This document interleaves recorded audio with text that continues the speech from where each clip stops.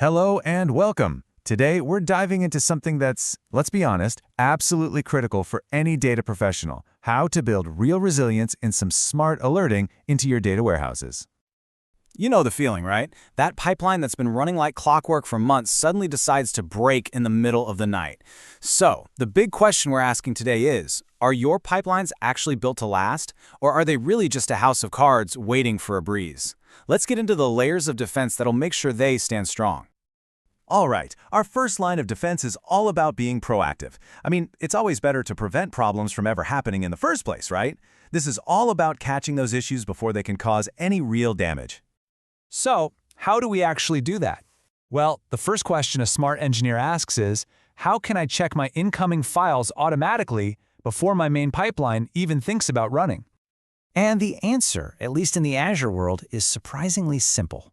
You use Azure Data Factory's Get Metadata activity. It's this super powerful but lightweight tool for taking a peek at files without having to move a single byte of data. So what is this thing exactly? Well, think of the Get Metadata activity like a scout. It goes out ahead of your main army, that's your big data copy activity, and it reports back on what it finds. It gives you all the key info about a file or a folder without all the heavy lifting. And this little scout is incredibly versatile. You can check if a file even exists, to avoid running a whole process on nothing. You can check its size to catch those dreaded 0-byte files, but even better, you can check the column count and even the entire file structure to make sure the schema hasn't suddenly changed on you. These simple checks can eliminate a huge chunk of common pipeline failures. It's a lifesaver. But look, let's be real. Despite our best efforts, sometimes bad data is going to slip through. So that brings us to our next layer of defense: damage control. This is such a classic headache, right? You've got this massive file with, say, 1 million rows, but maybe 10 of them have a little formatting error. Are you really going to fail the entire job for just 10 bad rows? Of course not. So what's the smart way to handle it? This is where Azure Data Factory's native fault tolerance comes to the rescue. It's a simple setting right inside the main copy data activity that basically tells the pipeline, hey, if you run into a row that doesn't look right, just skip it and keep going. And honestly, this feature is a total game changer. Instead of one tiny issue causing a complete meltdown, you get the best of both worlds. The vast majority of your good data gets processed no problem. And those few bad rows, they get automatically logged and set aside so you can figure out what went wrong later. You're no longer held hostage by a couple of bad records. Okay, so we've prevented some issues and we've contained others. But containing a problem is kinda useless if you don't even know it happened. And that's where detection comes in, starting with some simple native alerts. At the end of the day, you just need to know when things break. The most basic fundamental requirement is getting a simple automatic heads up when an activity fails. And the good news is, setting this up in ADF is super easy. You just pop over to the monitor section, create a new alert rule, and tell it what to watch for, like failed activity runs. Then you set a threshold, like trigger if failures are greater than 0. Connect it to an action group, and boom, you've got automatic emails or texts. It's a fantastic first step. But sometimes a simple "it failed" email just doesn't cut it, does it? For more control, more detail, we've got to step up our game and move into the world of custom notifications. This is where we really level up.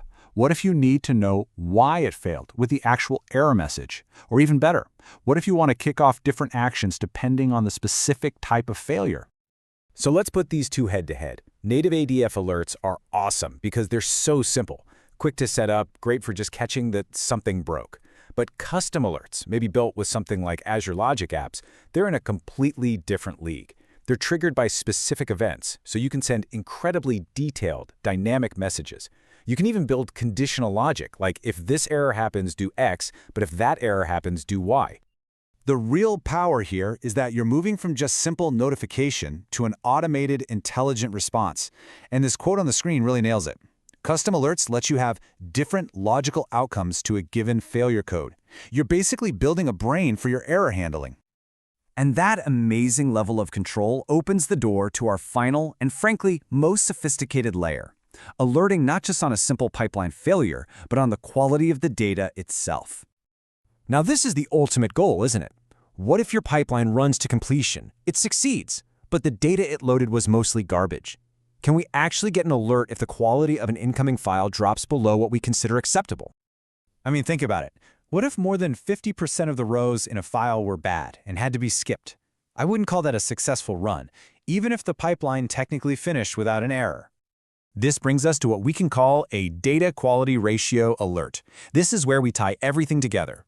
Remember the fault tolerance feature? It tells us exactly how many rows were skipped and how many were copied.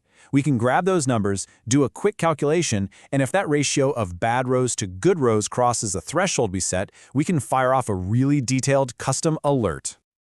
So let's just pull it all together into a clear strategy.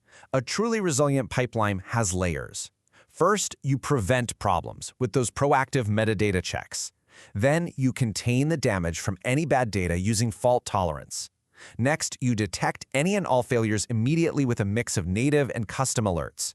And finally, you automate an intelligent response based on data quality, not just a simple pass or fail.